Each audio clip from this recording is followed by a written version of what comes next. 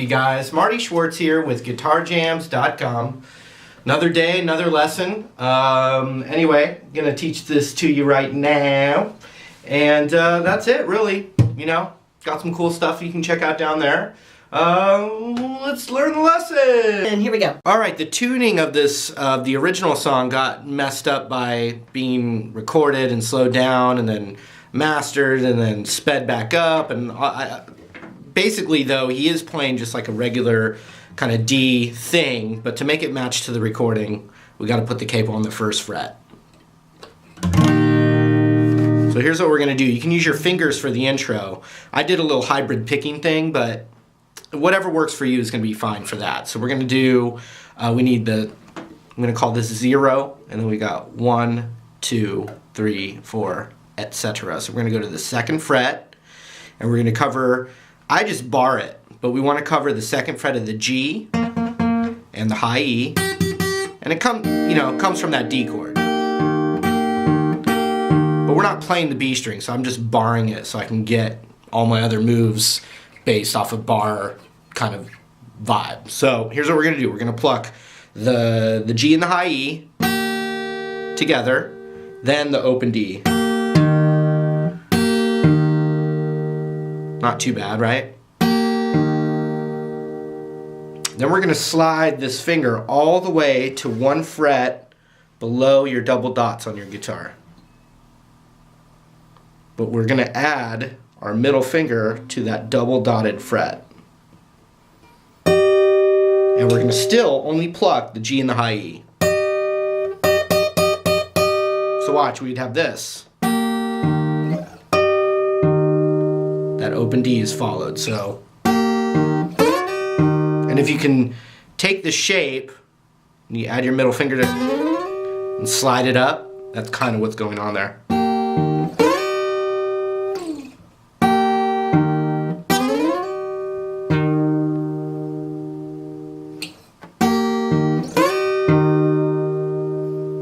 And if you can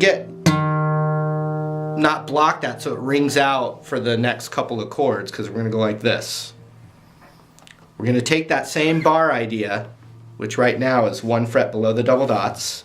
We're going to go another half step. And we're only going to pluck the G and the high E, so that's the next chord. Then another whole step down.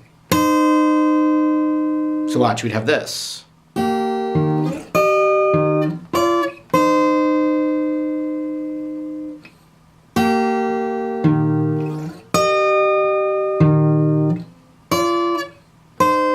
Another whole step down with that middle finger down.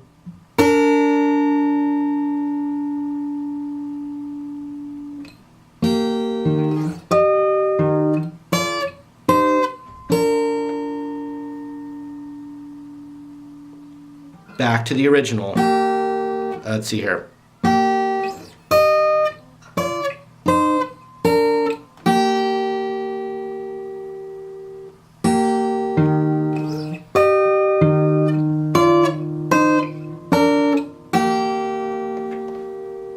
And from there, if you can get your thumb around on the 3rd fret to play this G minor chord, well, I guess we can call it F sharp minor.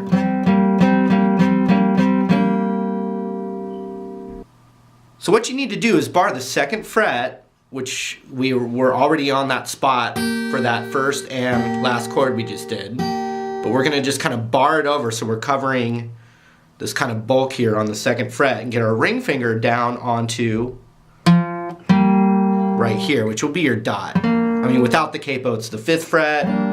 With the capo, we'd call it the 4th fret. Like that. And with our pinky, we're doing a off, on, off, on, off, on, off, on as we strum it.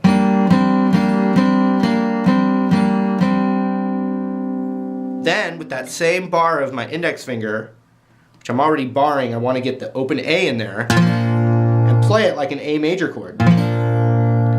With that same movement, I think I use my pinky. So the first one's G minor, and when you're going, the very first, if you can get your thumb over there, you get a nice G bass note. And then the A.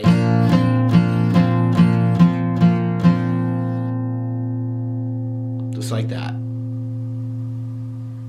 So the whole thing.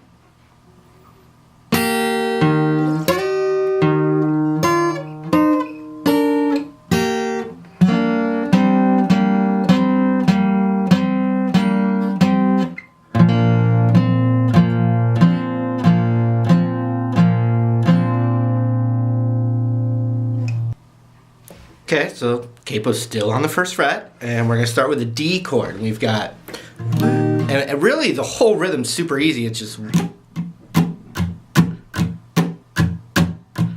I'm going 1 and 2 and 3 and 4 and 1. And every once in a while, if you want to get a andia or a eanda in there, you can go 1 and 2 eanda, 1, you know, 1 and 2 and 3 and 4 eanda, 1 eanda, 2 and 3, 4 and, but really it's just 1, 2, that's it. So we start with a D. Da da, words are flowing. Then we need to go to a B minor, well, we'll call it a B minor. It's the second fret from the capo, and it looks like an A minor shape. These are all in my ebook. So we got D to B minor. So we got words are flowing out like endless. Then we just take this shape and move it to what looks like an E minor bar there. So that's the next one. So we got words are flowing out like endless rain into a paper cup. They E minor 7. The easiest way to play E minor 7 is just one finger on the second fret there. But you could also add third fret on the B with that chord.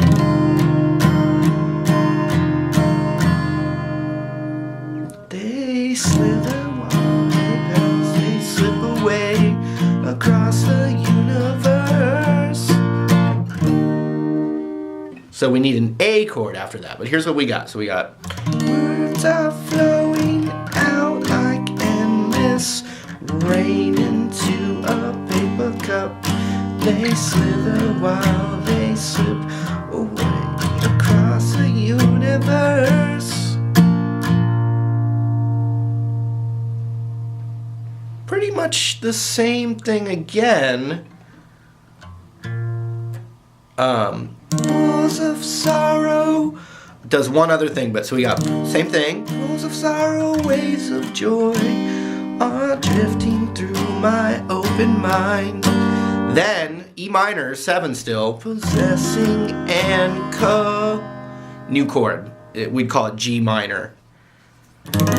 So we got 1, 2, third fret up, barred, and that E minor shape that we did right here. It's just up a half step. And 3 and 4 and into the chorus. And that's really the whole song. But so let me do it again. We've got D chord to B minor, F sharp minor, it stays right there. Then it goes to E minor 7, A7, and it's one extra count on the A. Instead of 4, it's 5 there, which is a little weird, but if you listen to the recording, you'll know what I'm talking about, and I expect you to do that. So we've got B minor, F sharp minor again, it stays right there, E minor, but then G minor. Favorite move of the Beatles, and that's the minor 4 chord. Look, if I just stuck my hand out and we thought of D as the 1, because we're in the key of D, D, E, F, G, the 4 chord is typically major. And it is even major in this song too. But the Beatles love to go to that minor, they'd love to turn that 4 chord into a minor chord. They did it in a lot of songs, and it adds that dramatic. always feels great to go back to the 1 chord from that minor 4 as a little rule breaker. Okay, so then we've got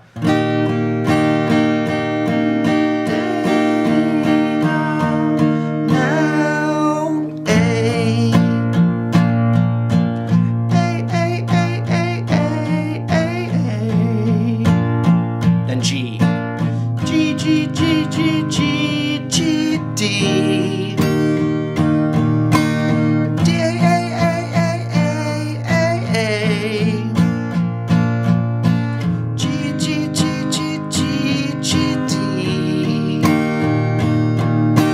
D, D, D, D, B minor, F sharp minor, it stays right there. E minor 7.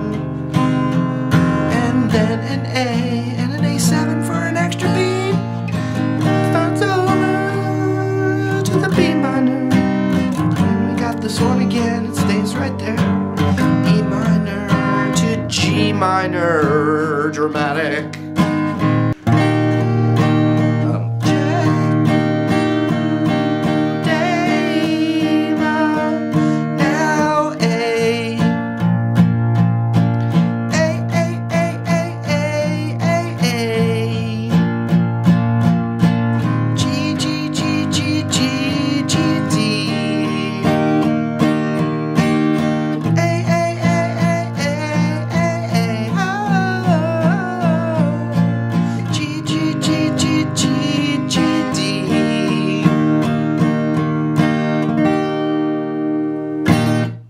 Alright, you guys, that's it. I hope you enjoyed the lesson.